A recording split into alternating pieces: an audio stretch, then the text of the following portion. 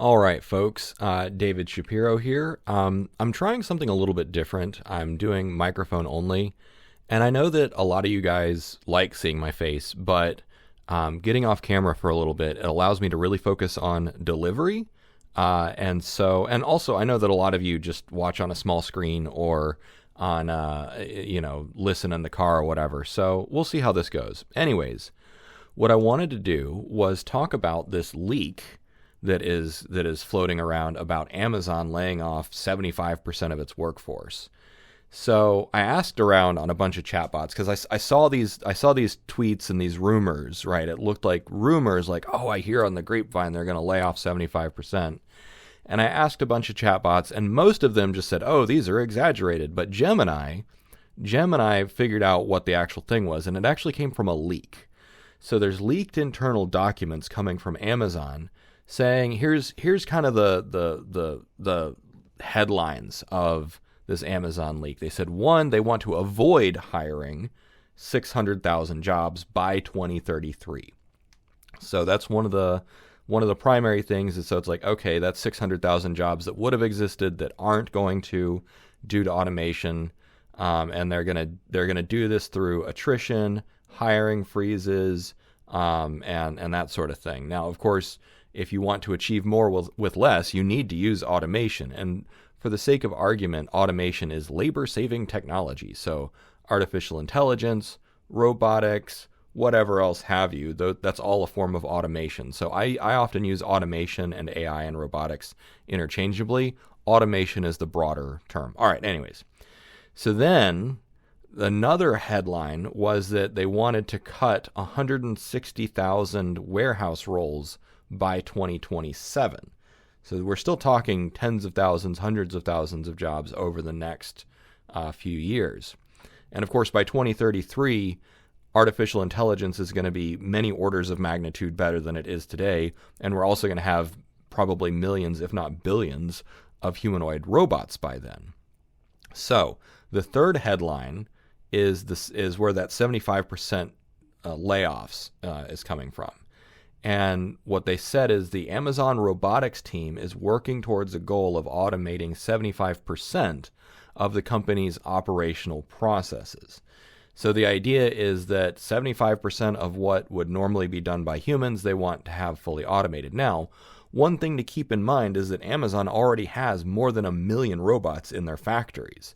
Or not factories, but their warehouses. Slightly different. But they already have more than 1 million robots. So what they're talking about here is expanding the capabilities of those robots, because what the robots that they have now are mostly like oversized Roombas, right? If you've ever looked at them, they look like gigantic Roombas that skirt around and pick up boxes and shuffle them around. Now that is a relatively controlled environment. You have stacks laid out in a grid, and you have standardized bins. That is exactly the kind of thing that robotic automation has been good at for literally decades. I remember when I was about 10 or 12, my mom took me to a data center because she worked at a power company, and they had a robotic arm. It had been adapted from car assembly that was managing their tape library. And this was back in the early 90s. Right. So but it was a controlled environment because data tapes are the same size and shape and nothing changes. And it was in its own little isolated cage. And it was just, picking up tapes. It looked a little bit like the tape retriever from the end of Rogue One. But it actually looked a little cooler because it was like a full articulated arm that would like scoot back and forth and grab a tape and put it in the tape drive and wait and then take it out and that sort of thing. It was really cool. Okay, so let's talk about the numbers. So this is another thing that comes up is like, okay, why? Like, why is it that any company does automation? And the idea is that the automation is going to save them, this is based on that leak, is going to save them about $12.6 billion in labor costs between now and 2027 alone. And the way that they're kind of averaging that out is reduce the cost per item shipped by about 30 cents per item. And so, of course, you think, well, Amazon sells millions of items, so that adds up over time. That's the financial incentive. And then so another thing to keep in mind, another one of the headlines is that there's operations which is like, truck drivers, warehouses, delivery, that sort of thing. And then there's corporate. So that's like, back office, engineers, that sort of thing. So they're trying to target both.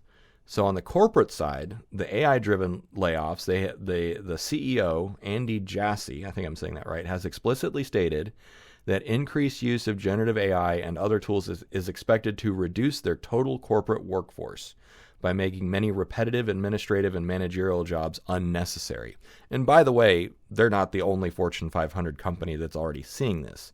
The current round, so the headline of what is actually confirmed is that they're targeting about 30,000 corporate jobs, including in HR and PXT. I'm not sure what PXT stands for. I haven't seen that acronym before, but they're targeting stuff like HR, which we've seen that coming. Legal is next, by the way, because a lot of what legal does is just processing the same forms over and over again, and so you only need a handful of lawyers with agents to approve and draft all those forms. So that's kind of the headlines. Now, the other component of this is that it looks like damage control, because the leaked report, the strategy reportedly included language around avoiding terms like automation and AI in public communications, favoring softer terms like advanced technology and cobots, to suggest partnership instead of replacement. Now, this is something that a lot of corporations are doing, which is, how the heck do we message around automation? Because it spooks a lot of employees, and it's very unpopular in the consumer market right now. The only people who really like, saying, hey, we're going to lay off a bunch of people is finance, is Wall Street. Because every time a company lays off a bunch of employees, their stock price goes up. Why? Because human capital is stupid expensive. And then another part of their messaging strategy, their damage control and PR strategy, is to focus on upskilling. Their public defense consistently emphasizes its programs to upskill employees for higher paying positions, such as in robotics maintenance and engineering. While it's true that this is what they're doing, critics note that the number of new technical roles created is minimal compared to the hundreds of thousands of lower skill jobs being eliminated or avoided. And this is what I've been talking about for a long time with post-labor economics. Like, yes, absolutely. AI, robotics, automation is definitely creating new job categories, but the new job categories are far smaller than the number of jobs being laid off, and the number of people that are being laid off that are even capable of getting those new jobs is much smaller. And so this is just what you expect to see in a more heavily automated economy. And then, of course, their official press response to the New York Times piece that was leaked said it was incomplete and only the perspective of just one team. So they're basically saying, like, yes, that was a leak. They didn't deny it, but they're downplaying the significance of this leak. And so they're saying that's not our overall strategy. This is just one potential, whatever. But where there's smoke, there's fire, people. And that's what I'm here to say is that when more and more CEOs and more leaks like this happen, the entire point is that this is the direction that things are going. And I have said repeatedly on Twitter and other places, the story you hear publicly, is not what is being discussed behind closed doors. And then, of course, some people are like, what's your source? And I'm like, I can't share my sources behind closed doors for any number of reasons. And that's not to like tell on anyone. I'm not here to shame anyone and say, all the CEOs are lying to you. You're going to own nothing and be happy. And we're going to end up in techno-feudalism land. Like, I don't believe that's where we're going. But I do think that as a society, part of the reason that we're not able to have these honest conversations is because the Overton window is really messed up. Your average citizen doesn't believe or even contemplate. One possibility is they don't believe that AI and robotics can take every job. They just hate AI for a number of reasons. And then if they do believe it, they believe that the solution is impossible, and they believe that it is an act of absolute futility to even imagine that we could end up in a better future. And I refuse both of those positions. So I've started calling it the AI red pill versus the AI blue pill. The AI red pill is you've woken up to reality. You say, yes, hyperabundance of cognition is coming, superintelligence is coming, humanoid robots that are better, faster, cheaper, and safer than humans are coming. All of that is true. And guess what? It's going to be really good. It's going to be really good for humanity because suddenly, instead of having to work to maintain your standard of living, instead of having to work to put food on the table and survive, any work that you do is going to be out of pure joy. It's going to be something that you find meaningful. And I need to differentiate terms here because I've seen some confusion out there. A lot of people conflate work with labor. So work is anything that requires effort. Like it takes effort to climb Mount Everest. It takes effort to grow a garden. It takes effort to, run a marathon. Those are all work. But labor is work that you get paid for. So we're getting rid of labor. That's why I call my framework post-labor economics. It's because labor is what's going away. And the definition of labor is effort that a human puts in that they get paid for. So it's not that work is gonna go away. It's just the work is going to be done by robots and AI. So it's not going to be labor. It's going to be unpaid labor or unpaid work because it's just going to be capital.